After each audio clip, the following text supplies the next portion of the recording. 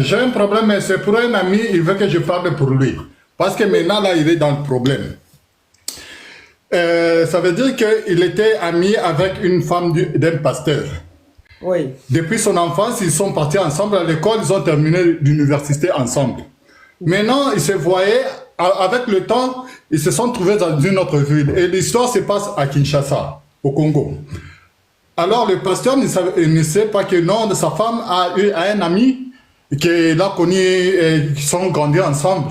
Il ne savait pas, mais il se voyait parfois quand le pasteur à l'église, l'ami là venait chez lui.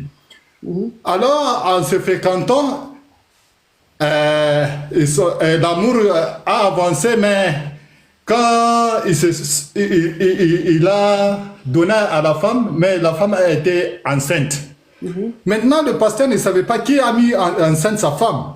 Alors, le pasteur était très fâché. Il a dit que non, moi, maintenant, là, je dois partir aux montagnes, je dois prier. Celui qui a mis ma femme enceinte. Mais comment le pasteur était fâché parce que sa femme, il ne savait pas qui avait enceinté sa femme. C'est sa femme, non? Non, parce que le pasteur est toujours en carême, il ne mouille pas sa femme, tu vois. Ah, oui. Maintenant... Donc, ça veut dire qu'elle est tombée enceinte pendant qu'il était absent. Oui, oui. Parfois, le pasteur part à la montagne pendant 3 mois, 6 mois. Mais quand il est revenu, finalement, la femme était enceinte. Alors, il a dit à la femme, comment, qui t'a mis enceinte? Alors, c'est toi, c'est non, moi, tu sais, moi, je suis un homme de prière, je ne peux jamais te mettre enceinte. Alors, le pasteur a dit que moi, je vais partir aux montagnes là-bas, je vais prier. Celui qui t'a mis enceinte maintenant, il va voir, Dieu va exécuter. Alors, le pasteur est parti à la montagne. Sa femme est partie voir son ami, celui qui a mis enceinte. Tu sais quoi, oh, mon mari, le pasteur là, il est parti à la montagne. S'il y a quelque chose qui va t'arriver, qui peut t'arriver là-bas, alors il faut qu'on prie beaucoup et puis tu dois partir voir mon mari, tu lui expliques. D'abord, laissons d'abord le pasteur partir aux montagnes, on va voir. Le pasteur partant en montagne là-bas pendant 3 semaines, en revenant, le pasteur est devenu aveugle. Venant du montagne. Quand il est venu, il ne voyait plus. Alors la femme était très contente. Elle a dit, ah, tu sais quoi? Mon mari il est venu de montagne là-bas. Il a dit que tellement les prières étaient beaucoup, il priait beaucoup, maintenant il est devenu aveugle. Comme ça, nous, on peut avoir... Tu me permets de me parfumer? Oui, oui.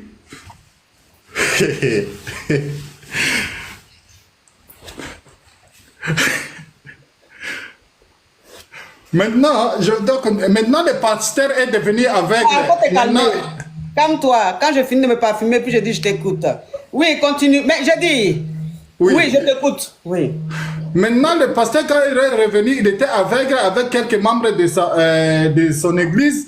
Donc, non, le pasteur, depuis on était à la montagne, il est revenu, il ne voyait plus. C'est pour cela qu'on vient l'accompagner chez lui, parce qu'il ne voyait pas. Et comment ça, lui, il est parti pour chercher celui qui m'a mis enceinte. Maintenant, il ne voit pas comment. Maintenant, la femme, elle était contente de dire, ah, ça, c'est une autre opportunité. Elle est partie demander à le gars là qui l'a mis enceinte, son ami. Il a dit, maintenant, là, mon mari, là, il ne voit plus. Il a dit que maintenant, il ne voit plus. C'est une opportunité. Tu peux commencer à venir dormir chez moi parce qu'il ne peut pas te voir. Maintenant, les gars, là, maintenant, là, lui, il part maintenant, c'est le pasteur, il dort là-bas parce que le pasteur, maintenant, est aveugle. C'est le conseil qu'il veut demander. Il doit continuer, qu'est-ce qu'il doit faire? Parce que maintenant, là, quand je vous dis, il est chez le pasteur, là, il dort, mais le pasteur ne sait pas qui est dans la maison et qui ne l'est pas.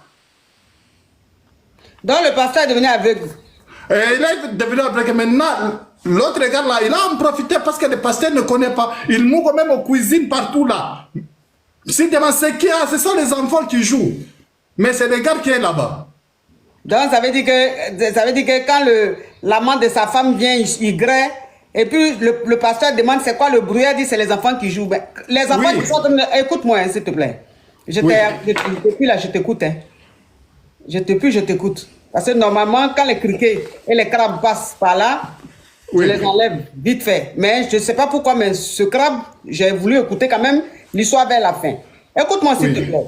Les enfants qui sont en train de jouer, entre les enfants qui jouent et 2 personnes qui sont en train de grêler, c'est le même bruit?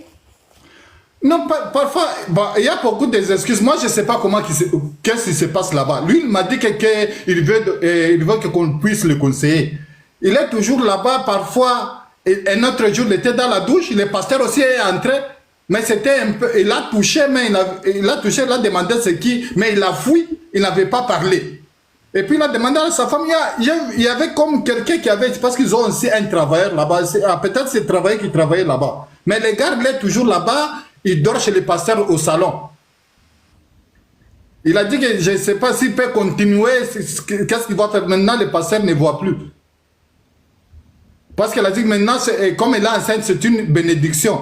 Son mari, maintenant, son mari, comme il ne voit pas, mais c'est un démon.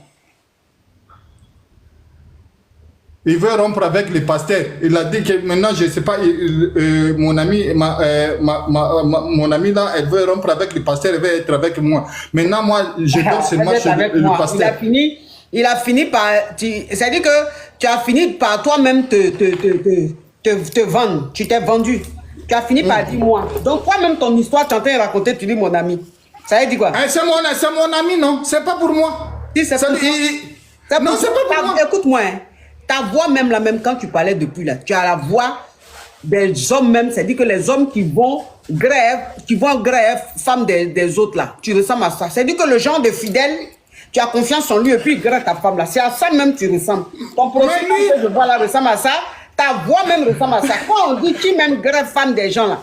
Et comme le pasteur il t'appelle mon petit jazz. Ma coach, je sais que tu connais beaucoup. Là tu m'as eu. Maintenant, moi c'est une occasion. Mais c'est toi, carrément oui. Mais le pasteur ne voit pas. C'est une occasion pour moi. On doit faire agrandir la famille, non? Tu ne vois pas pourquoi, quand il prie, il fallait que Jésus lui montre le chemin qui est dans la maison. Même les visions ne passent pas, comme il est aveugle. Moi, je vais Mougo. Je vais Mougo. Bon, écoute, tu vas descendre de mon live vite fait, là. Ok. Je vais descendre, mais je dois continuer avec elle, non? Tu vas descendre, je compte jusqu'à 0,5. Je descends rapidement, il ne faut pas me bloquer. 0,30. 0,40. Je descends ma coach. 0,50. Bon, tu es bloqué. Descends-moi, ne me bloque pas.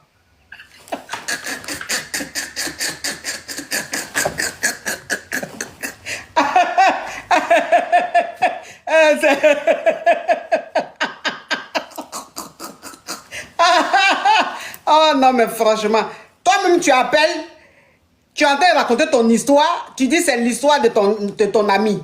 Et puis toi-même au milieu, c'est que vers la fin même, toi-même ça sort de ta bouche, tu dis moi. Espèce de carabe.